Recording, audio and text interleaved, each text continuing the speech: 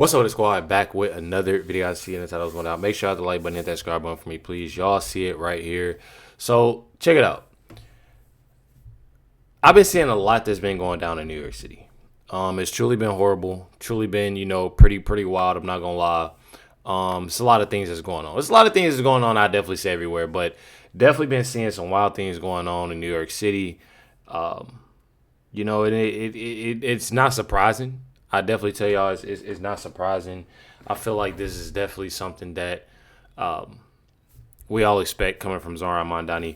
But check this interview out here, y'all. Vote. You said something interesting. You said the race for 2028 starts now, the presidential race. What did you mean by that? Well, a lot of pundits ask me about this race and what it means and how to think about it. And at the core of Tuesday's results was a message from Democratic voters across the largest city in the United States of America about the kind of politics they want to see. And we know that we oppose the cruelty of the federal administration.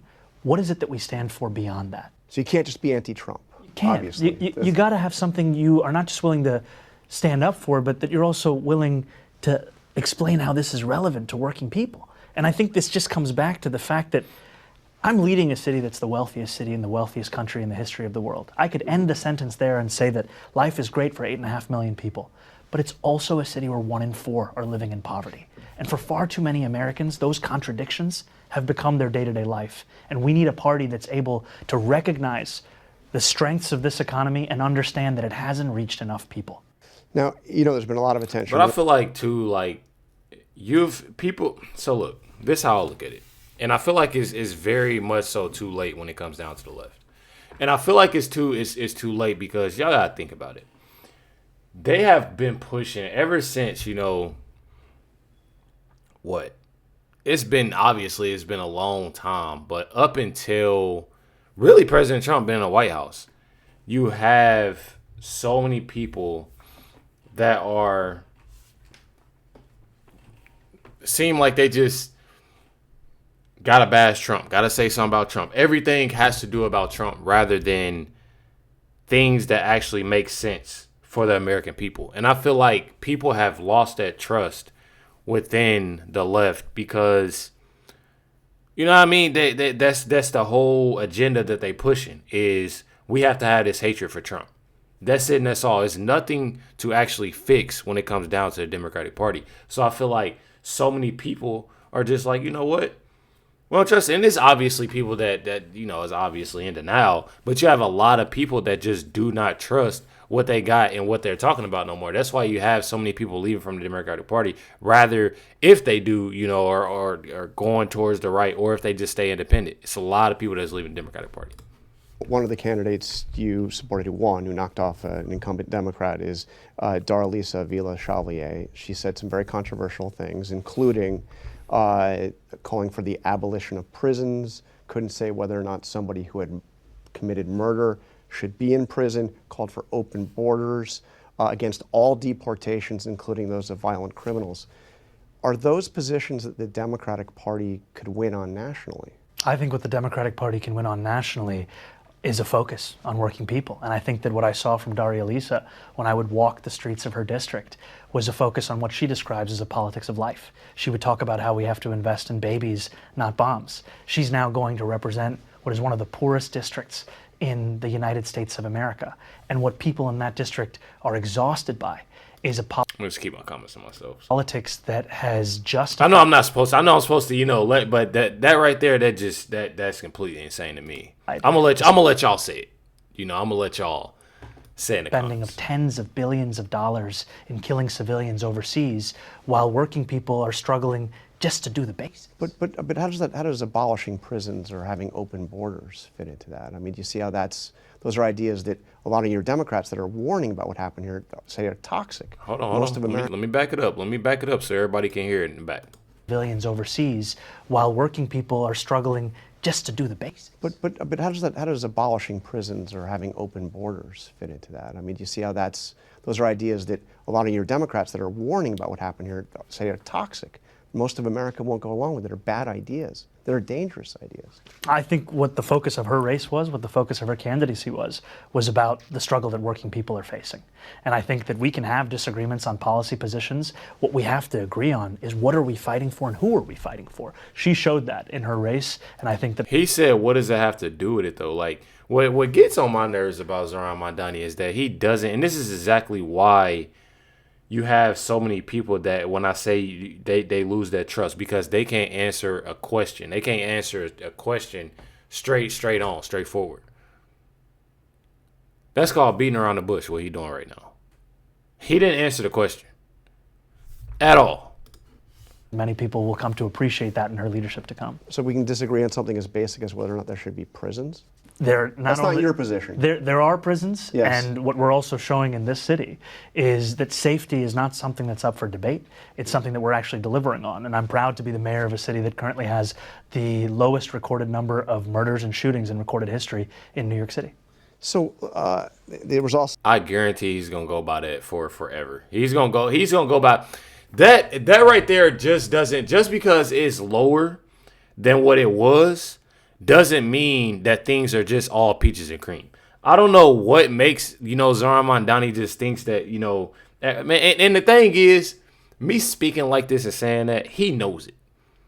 I mean, he truly knows it. It's nothing that I can sit here and say that he does. He truly knows it, and that's what gets me. It's more so about lying to the American people. There's a lot of people, believe it or not, that's going to believe what he's saying right now.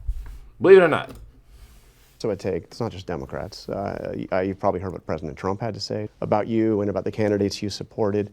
And he warned that if socialists win, and he calls you communists, but you will start living in squalor. There'll be no food, no housing, no military, no law and order. There'll be nothing. And he had a few other choice words. By the way, he also said he still likes you. But what do you make of what he? I mean, the Republicans are going to make you the poster child for the Democratic Party. Let them.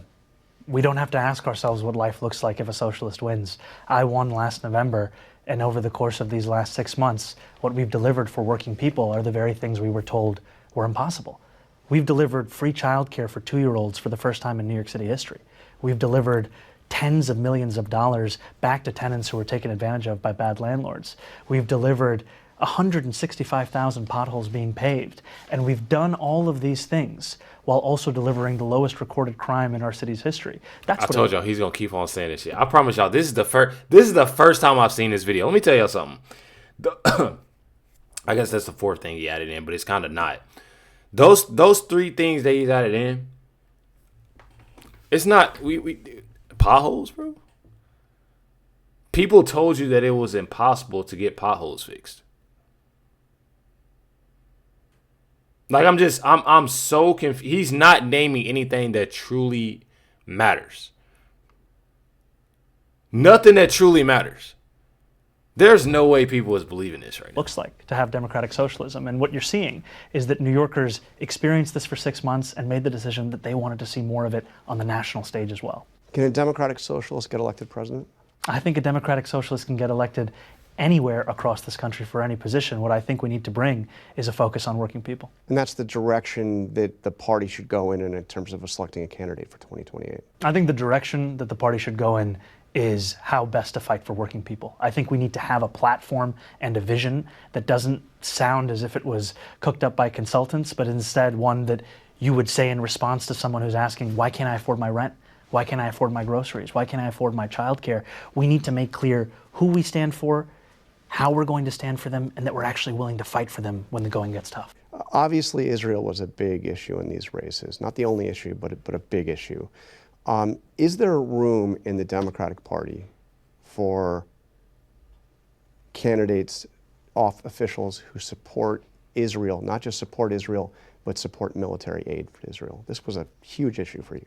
Well, I think what we've seen is that the time for us as elected officials to pronounce what the party should be is one that should come to an end, and we should let Democratic voters themselves take the lead. And we've seen on Tuesday evening, we saw Democrats turn out in districts across the city to make clear that they were tired of tens of billions of dollars being spent in our taxpayer dollars to violate international law, to kill thousands of civilians. And you and I know that right now the way that Palestine is described is as if there is a ceasefire. That's the language that's typically used. Yeah. More than 1,000 Palestinians have been killed in that ceasefire.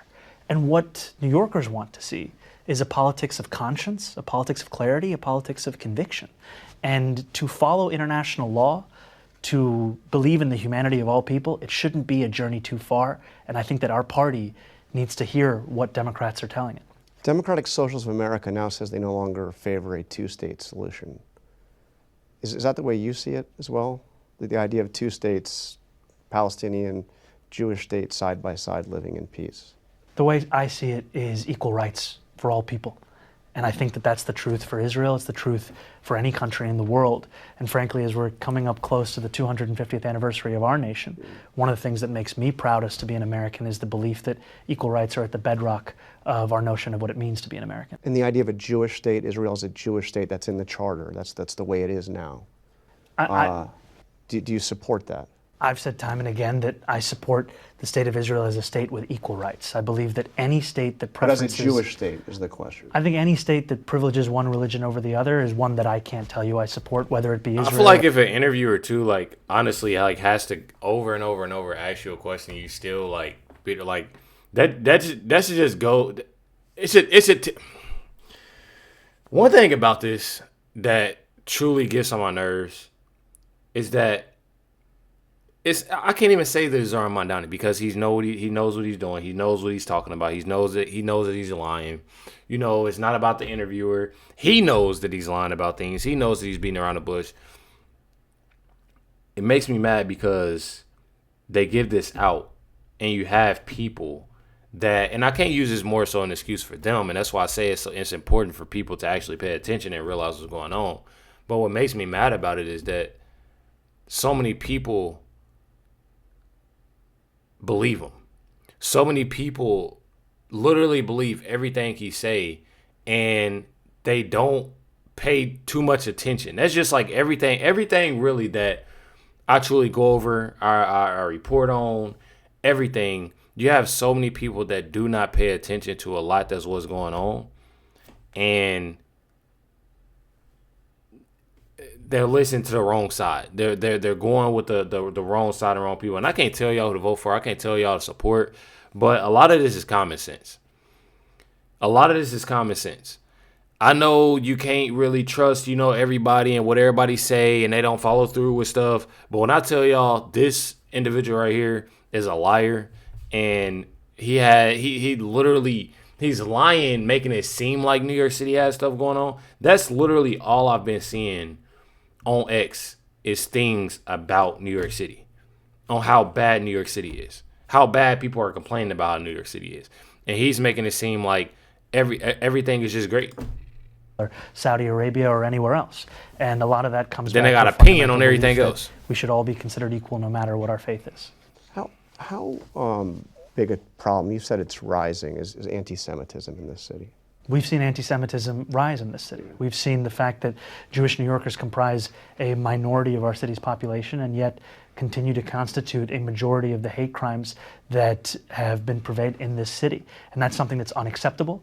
It's something that we will never come to see as if it is a part of life. It's something that has to be fought and rooted out of every one of the 5 boroughs. What did you think when Dan Goldman, that coffee shop in Brooklyn, said that they wouldn't serve him because of his support for Israel? You have a problem with, the idea of, of a establishment like that saying they're not going to serve somebody if they support Israel? I've said that I have political disagreements with Congressmember Goldman. I do believe that that's a response that goes beyond that. So that's not the right kind of thing? No, I think it's much better to keep that critique in the way that we've done it. Okay, so we're just about out of time. I got to ask you, I noticed that you're turning 35 soon, right? In a few months, yes. So you now hit one of the constitutional requirements to run for president. But there's another one that says you have to be a natural-born citizen. You were not born here. Yes. But do you think that's something that should be changed in the Constitution? It would take an amendment, but do you think that we should change that? No. No, I think the Constitution looks good the way it is. just the way it is. Just the way it is. I'm very excited to focus on New York City. But thank you for reminding me of my upcoming 35 mortality. years old. 35 years old. All right. Yes, sir. Mr. Mayor, thank you very Real much. pleasure. Let me tell y'all something. First of all, within this reporter, I'm not gonna lie, and it truly just goes to show y'all a lot. I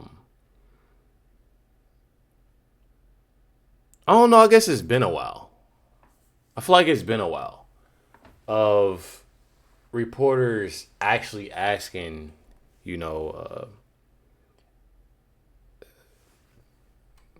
individuals on the left better questions, great questions, important questions, rather than softball questions.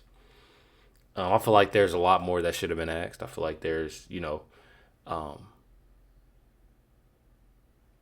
me personally, I feel like if you're not a natural born citizen here or anything like that, I don't feel like you should, honestly. And again, this is my opinion.